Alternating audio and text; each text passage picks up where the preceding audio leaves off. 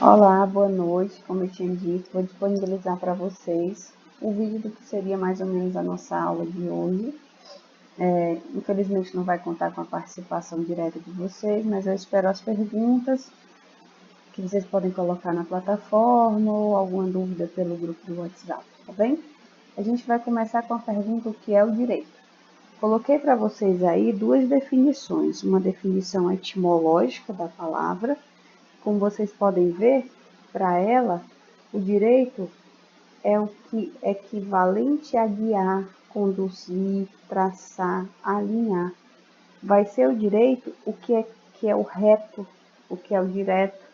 Só na Idade Média, como a gente vê aqui, foi que veio surgir essa ideia de que o direito seria o lícito ou ilícito. Antes disso, o direito é que era o reto, o que era direto. A definição semântica da palavra, a palavra direito, vai ser então, como a gente vê aqui, aquilo que está conforme a lei. É a própria lei, é o conjunto de leis, é a ciência que estuda as leis. Então, quando a gente vai falar da palavra direito, a gente vê que ela tem várias conotações, desde essa ideia do direito jurídico ao meu conjunto de direitos, né, falando juridicamente, como algo do nosso dia a dia, né, o tentar agir de forma correta, agir retamente. E aí eu coloco para vocês uma dúvida: separo o direito em dois tipos de blocos: ciência do direito e a jurisprudência técnica. O que seria essa ciência do direito? A ciência do direito é quando a gente pega e diz: fulano faz direito. Meu sonho é fazer a faculdade de direito. Então, a ciência do direito são aqueles que vão estudar o direito, como a gente está fazendo agora, estudando o direito tributário, enquanto ciência, enquanto investigadores, enquanto aplicadores do direito. E a jurisprudência técnica é quando eu falo do meu conjunto de direitos, que o Brasil, ele então cria um conjunto de normativas a serem seguidas pelos brasileiros. Se a gente pensa em outro país, eu vou morar então em Portugal. Se eu moro em Portugal, o conjunto de leis que eu vou ter que seguir vão ser outras jurisprudências técnicas. Então eu sempre lembro da ideia quando a gente compra um aparelho, comprei um celular e ele veio com problema. Qual a primeira coisa que você vai lá reclamar? Olha, meu direito tem um Código de Defesa do Consumidor. Agora mesmo, nessa época de pandemia, como eu estava dizendo na nossa aula, a gente teve a criação de muitas leis. Alguma delas foi a ideia do auxílio emergencial. Quem teve negado o seu auxílio disse: olha, mas eu tenho uma lei, eu estou dentro dessa lei, eu me encaixo nessa lei. Essa é a jurisprudência técnica, é o sistema normativo do país. O direito tributário, que é o direito que nós vamos estudar, ele está dentro da jurisprudência técnica brasileira, ou seja, faz parte do sistema jurídico brasileiro. Foi um Código Tributário Nacional, que foi aprovado pelo Poder Legislativo e também na Constituição Federal, que até coloquei aqui, né? Sistema normativo próprio, que é regido pela Constituição. Todas as leis que são criadas, elas advêm da Constituição Federal. A gente, nesse mesmo período de pandemia, a gente viu a modificação da Constituição, quando eu precisei mudar a data da eleição.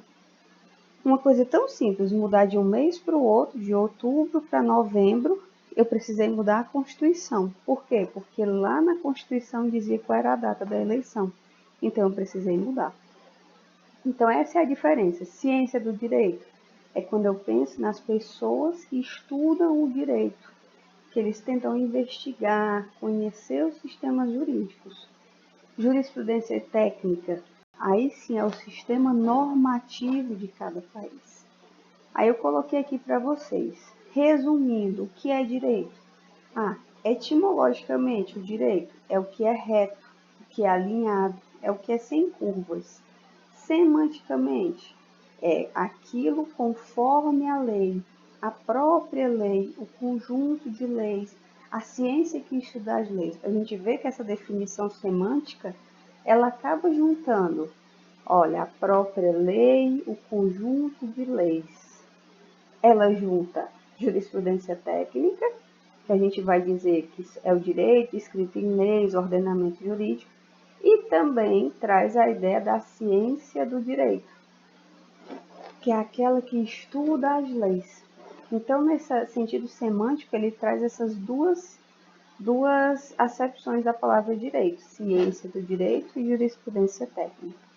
Aí eu coloquei até aqui para vocês uma lei, que aí depois eu trago como atividade para vocês também, que diz assim, artigo 1º, todas as pessoas nascem livres e iguais em dignidade e em direito. São dotadas de razão e consciência e devem agir em relação umas às outras com espírito de fraternidade. Aí a atividadezinha que eu coloquei para vocês era perguntando como é que está sendo aplicada essa palavra direito aí? Todas as pessoas nascem livres e iguais em dignidades e direitos. Qual é o tipo de direito que está sendo falado aí? É uma jurisprudência técnica ou é a ciência do direito?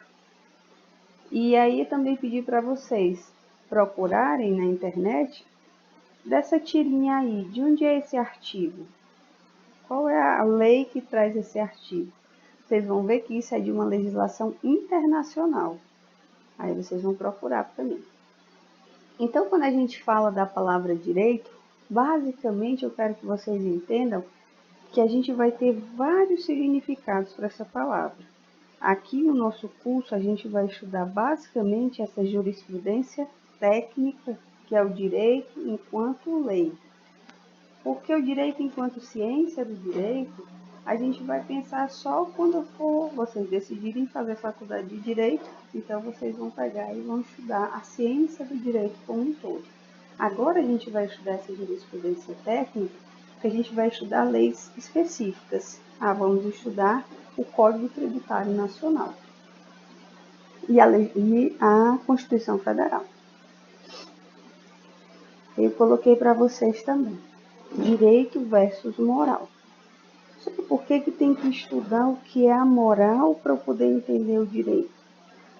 Porque essa moral vai ser uma construção social. E se você pensar bem, a nossa lei é igual em todo mundo. Nós temos a mesma lei sendo aplicada aqui no Brasil, nos Estados Unidos. A gente tem a mesma lei aplicada lá na Austrália. Não, a gente tem leis diferentes em cada estado do mundo. Aqui do ladinho a gente tem a Argentina, a gente tem a Venezuela grudada no país, no Brasil, e as leis são diferentes. Por quê? Aí eu vou entender o porquê pelo estudo da moral. Mas o que é essa moral? Eu coloquei para vocês. Conjunto de práticas, costumes e padrões de conduta, formadores de uma ambiência ética. Então, quando eu falo em moral, eu vou pensar sempre em uma construção social. Coisas simples do nosso dia a dia, a gente começa a identificar o que é moral. Antigamente, uma menina ser mãe solteira, uma mulher mãe solteira, já que tem tantas mulheres na sala. A mulher ser mãe solteira, ela era bem aceita? Antes, a sociedade tinha um preconceito com essa mãe solteira. Hoje em dia, a gente não tem tanto. Do mesmo jeito, a gente já teve um período em que mulher usar uma calça comprida era impossível. Lembrando agora da novela, que eu acho que vocês devem assistir. A novela que passava agora, do Novo Mundo, que é falando de costumes antigos, de leis que eram aplicadas na época do Império, ainda com Dom Pedro I. A gente via lá bem retratado a escravidão como algo normal, como uma construção social.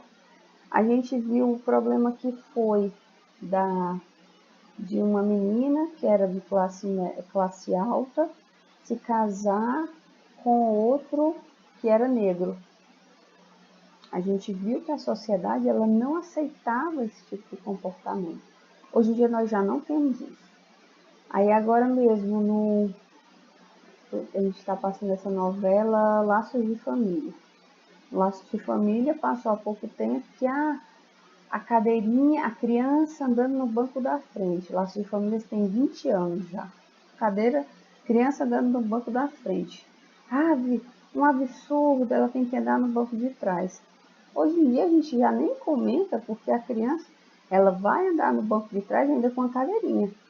Porque a gente tem uma lei já falando sobre isso. Antes era só uma construção social.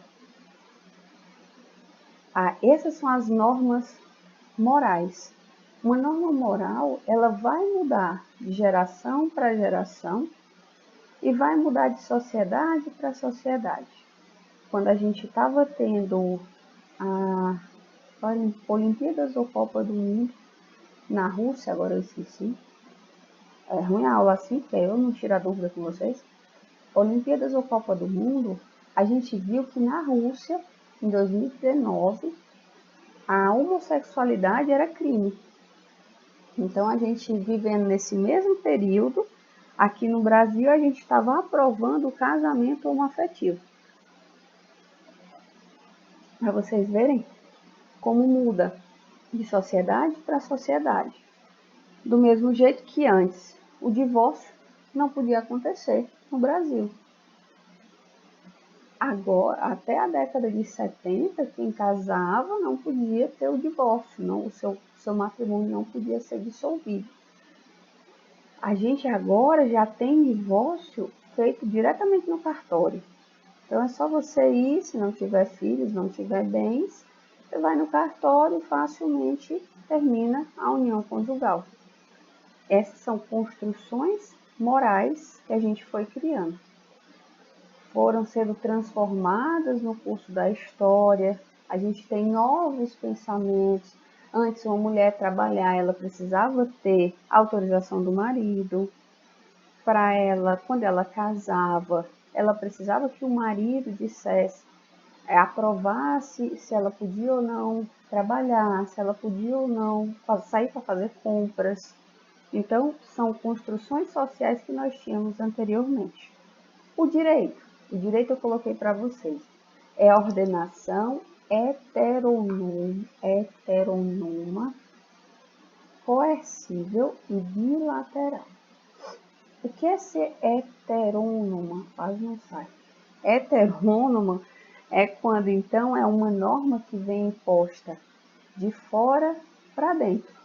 Foi um terceiro que criou essa norma e que nos obrigou a cumprir.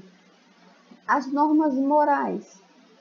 Vocês assistiram A Família Dinossauro, aquele que tinha um baby, não é a mamãe? Lá nesse episódio, em um dos episódios da Família Dinossauro, vou ver se eu encontro para mostrar para vocês, era uma conduta social, eles pegavam o idoso e jogavam no poço de piche. Então, eles matavam o idoso, porque isso era um costume deles. Aí, nesse episódio específico, o Dino, que é o chefe da família, compra luvas especiais para fazer isso, para empurrar a velha no poço de piche. E o neto, né, dela, que é o filho do Dino, não permite. E causa uma frustração até na velha. Que a idosa dizia que não, esse é meu destino, essa é a minha função na sociedade, eu tenho que morrer no poço de piche. Essa é uma construção moral que eles criaram. Da mesma forma, é uma construção moral, eu vou à igreja todo domingo, faço o sinal da cruz, eu sou católica. E cada um tem sua construção moral, os seus valores que você foi aprendendo na família, na sua sociedade, no grupo de amigos. O direito não. O direito é uma ordenação, olha até o nome, ordenação heterônoma. Foi o Estado que escolheu qual lei a gente ia seguir. Agora mesmo, nesse nossa vida de pandemia, o auxílio emergencial vai ser de 15 mil, de R$ 600. Mas aí cogitou-se ser de R$ 1.000, do mesmo jeito cogitou-se ser de R$ 200. Então eles decidiram qual seria o valor. A gente, enquanto sociedade, não foi consultada para saber qual é que seria o melhor valor, quem ficaria melhor nas faixas de recebimento. Então, por isso que é uma Constituição heterônoma. É coercível. O que é ser coercível? Se eu não cumpro uma regra moral, imagine que a gente aqui na nossa sociedade tem muito essa ideia da mulher ser flexível, ser meiga. E se eu não sou assim? E aí? Se eu gosto de usar calça jeans, se eu quero ser caminhoneira, que hoje em dia já está mais tranquilo. Se eu quero fazer uma atividade que, em tese, a moral social não aborda como algo feminino, o que eu vou sofrer? O máximo que eu vou sofrer é um olhar torto da sociedade. E aí eu que vou aguentar, se vou querer ou não conviver com esse olhar torto. O direito não. O direito ele é coercível, ou seja, ele traz também sanções caso eu não cumpra. Como assim? Se eu não cumprir, eu vou levar multa. Eu odeio usar cinto de segurança dirigindo. Tá certo, se você não cumprir, você leva uma multa. Mas eu sou livre, meu direito de ir e vir, eu posso fazer o que eu quiser, então eu vou matar alguém. Tudo bem, o Código Penal nem te proíbe, ele diz só assim, se você matar, você tem uma prisão. No Código Tributário, ele também vai trazer para a gente essas coercibilidades. Normalmente, o Código Tributário ele vai trabalhar com multa, ele não vai trabalhar com prisão. A gente não vai ler de jeito nenhum que lá fulaninho foi preso. Mas a gente vai ver que vai ter multa, vai ter busca e apreensão de bens. A gente tem escutado muito no Jornal Nacional, né? A Polícia Federal em São Paulo saiu 5 horas da manhã para fazer busca e apreensão de bens, de papéis, de documentos para tentar fazer uma investigação. Isso é ser coercível. Eu tenho medo do não cumprimento. Aqui a gente está tendo uma lei para o uso de máscara. Se eu não uso, eu levo uma multa. Se eu não tenho álcool em gel no estabelecimento, eu levo uma multa. Mas eu não gosto. Tá certo, você vai levar uma multa. Antes, era só na moral. Eu vou usar a máscara porque eu estou pensando no outro. É porque eu acredito que isso vai evitar uma contaminação maior. Vendo que não foi possível, que não era suficiente esse entender moral, eu criei uma regra do direito. E o direito também é bilateral. O que é ser bilateral? Se a gente morasse só, sem ninguém aqui, como um náufrago, não tem ninguém ao redor dele, ele precisa ter leis? Eu só vou precisar ter leis quando eu tenho essa necessidade de conviver com o outro. Quando eu estava lá no Google Meets com vocês, eu disse assim, o direito do outro começa, o meu direito termina quando o do outro começa. Então, eu só posso ir até onde esbarra no direito do outro. Mas eu sou livre para fazer tudo. Calma. Se você esbarra no direito do outro, sua liberdade aí foi tolhida. Ela vai ser diminuída, porque você não pode ir além do direito do outro. Certo? Aí aqui a gente continua com direito e moral. Trago aqui de forma mais explicada o que é autonomia, o que é heteronomia, exterioridade do direito, interioridade da moral, para vocês darem uma lida melhor, para não ficar tão solto, né? Então eu trouxe a matéria mais explicadinha, que aí vocês vão ler sozinhos. Aí trouxe explicando o que é coercibilidade do direito, incoercibilidade da moral. Todos aqueles 3 requisitos que eu trouxe para diferenciar direito e moral, essas 3 palavras, heterônima, coerciva e bilateral, eu trouxe explicando uma por uma para vocês terem uma ideia melhor de como é que funciona o direito e a moral. Certo? Aí eu também trouxe esse mapa mental para vocês, porque eu não sei se vocês já estudaram ética, então eu trouxe essa diferença entre ética e moral. Eu digo sempre que a moral é um pote cheio, pense num aquário, um pote lotado de vários preceitos.